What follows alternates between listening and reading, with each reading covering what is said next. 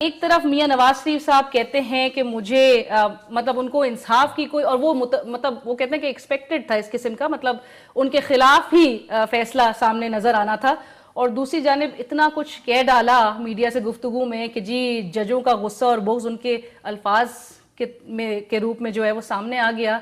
سر بنیادی سوال یہ ہے کہ جسٹس اعجاز افضل جنہوں نے تحریر کیا یہ فیصلہ، ان کو کیا بغض اور کیا غصہ ہوگا میاں صاحب پہ؟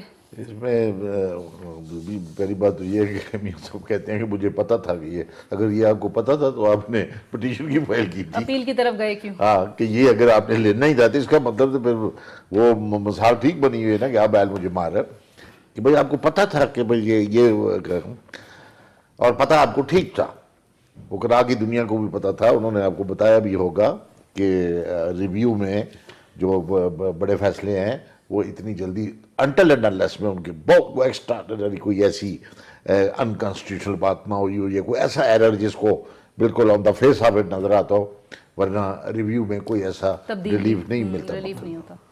اور پھر اس کے بعد جو ریئیکشن ہے میاں نواز شریف صاحب کا، میں آگے بھی کہہ چکا ہوں، آپ نے یہ جو پوچھا کہ ان ججز کو، ان کے کیا ان ججز کو ہلکا 120 پہ الیکشن لڑنا تھا؟ ان ججز میں سے کوئی امیدوار ہے پرائم منسٹرشپ کا؟ ان ججز میں سے کوئی پالیٹیشین ہے کوئی کہ بھائی کس بات کا بغض آپ سے؟ یہ سر سیاسی انتقام کا نشانہ بنایا جا رہا ہے۔ کس بات کا؟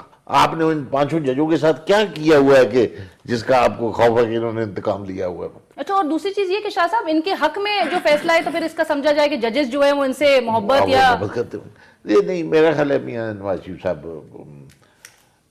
میرے لیے آج بھی قابل احترام ہے، مطلب ایک انسان کی حیثیت سے، باقی وہ ان کو ان کے ساتھیوں نے ان کو بالکل ایسے دھکے دیے ہیں اور ایسے گڑھے میں پھینکا ہے جس سے نکلنا بادی نظر میں بڑا مشکل ہے۔